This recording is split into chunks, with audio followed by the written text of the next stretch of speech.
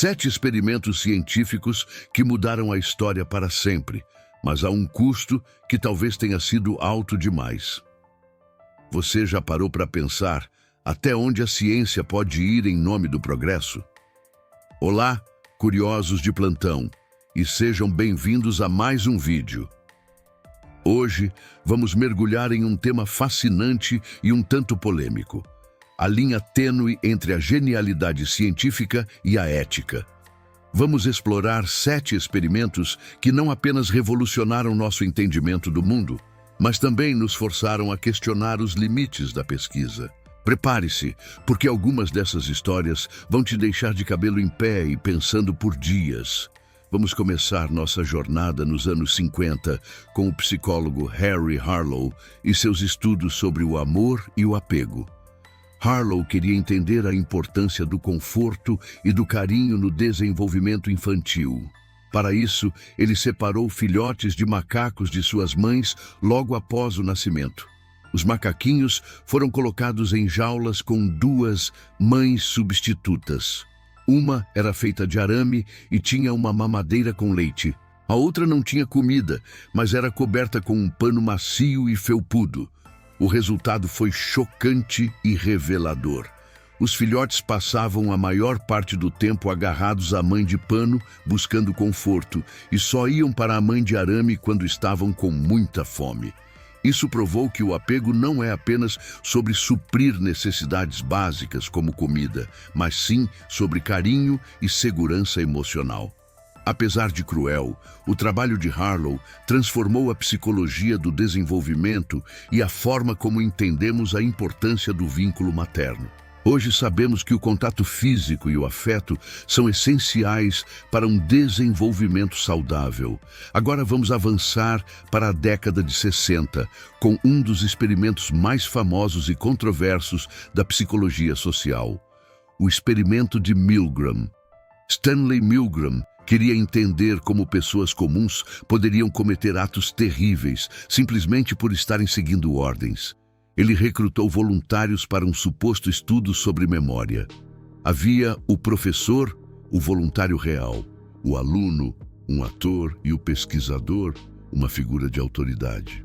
O professor deveria fazer perguntas ao aluno e, a cada erro, aplicar um choque elétrico que aumentava de intensidade. Claro, os choques não eram reais, mas o professor não sabia disso. Ele ouvia os gritos de dor do aluno que implorava para parar. Quando o professor hesitava, o pesquisador dizia frases como: "O experimento exige que você continue." O resultado?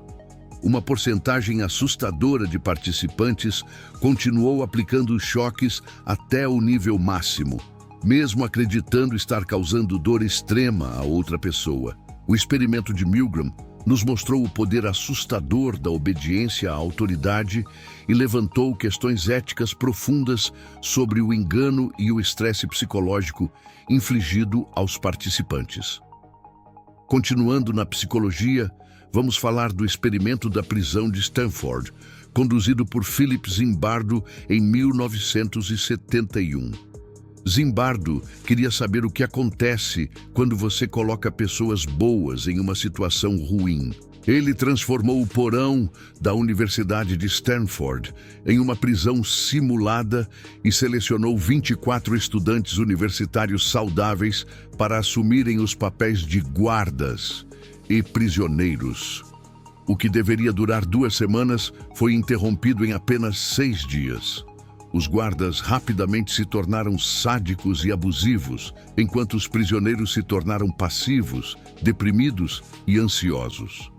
O experimento saiu tanto de controle que mostrou como os papéis sociais e o poder da situação podem corromper o comportamento humano de forma drástica e perigosa. A ética desse estudo é debatida até hoje, mas seu impacto na compreensão da psicologia situacional é inegável. Saindo um pouco da psicologia, vamos para a biologia. Você já ouviu falar do pequeno Albert? Em 1920, John Watson queria provar que as emoções, como o medo, podiam ser aprendidas através do condicionamento.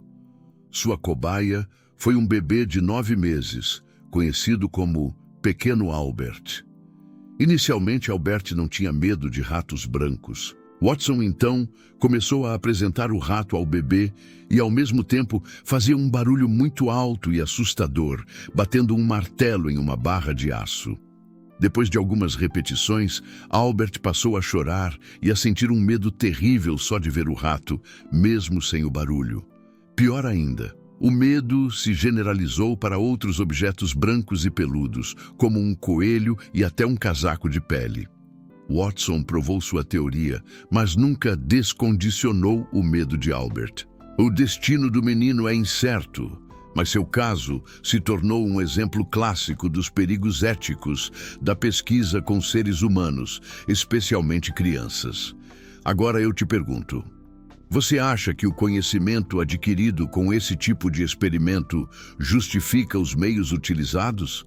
Deixe a sua opinião aqui nos comentários. Agora, uma história que parece saída de um filme de terror, mas é real. O estudo monstro.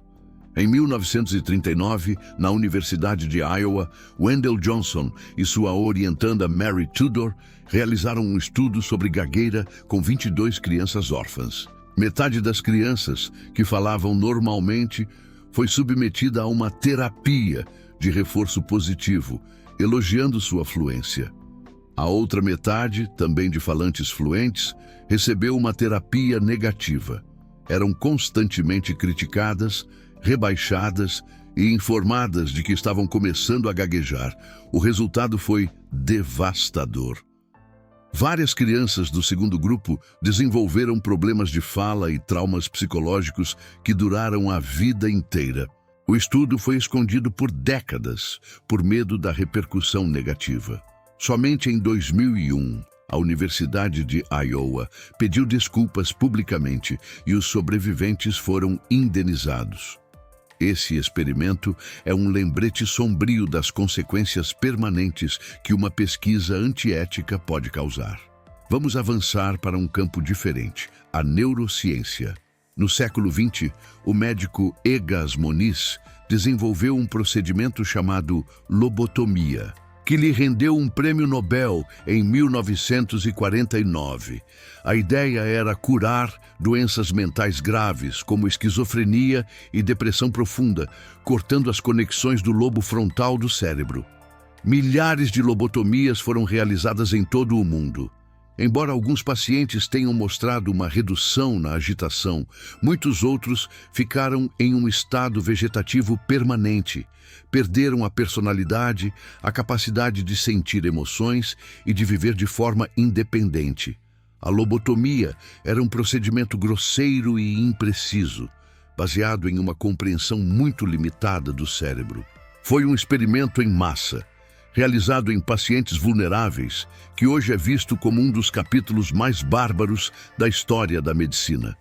Por fim, vamos falar do estudo da sífilis de Tuskegee. Este é talvez um dos exemplos mais infames de violação ética na história da pesquisa médica. Iniciado em 1932, o Serviço de Saúde Pública dos Estados Unidos recrutou 600 homens negros e pobres do Alabama, 399 com sífilis e 201 sem a doença. O objetivo era observar a progressão natural da sífilis não tratada. Os homens foram enganados. Disseram a eles que estavam recebendo tratamento médico gratuito para sangue ruim. Na verdade, eles não receberam tratamento algum. Mesmo quando a penicilina se tornou o tratamento padrão para a sífilis na década de 40, ela foi deliberadamente negada a esses homens. O estudo continuou por 40 anos, até ser exposto pela imprensa em 1972. Muitos homens morreram, transmitiram a doença para suas esposas e filhos nasceram com sífilis congênita.